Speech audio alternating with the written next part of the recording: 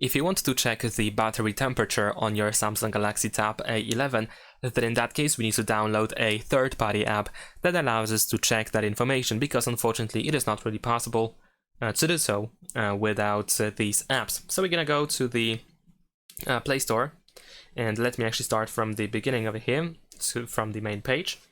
So now over here we're gonna use the search button, and we want to search for an app that provides us this information. An example app is DevInfo.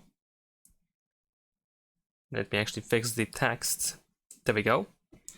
And this is the app that we can use. Of course, this is just an example. This app actually provides more information than just the battery temperature, but it also provides that. So if you want to, of course, feel free to try any other app. You can simply type something like battery temperature or something, and you will probably find many different apps that provide that information. So in this case, we can open the app. We need to grant some permissions, so we need to press agree and start. Of course, we might see some ads in the meantime.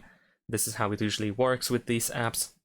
There we go. We don't have to agree to notification permissions. And now over here we can try to find the information about the battery, which is even over here in dashboard.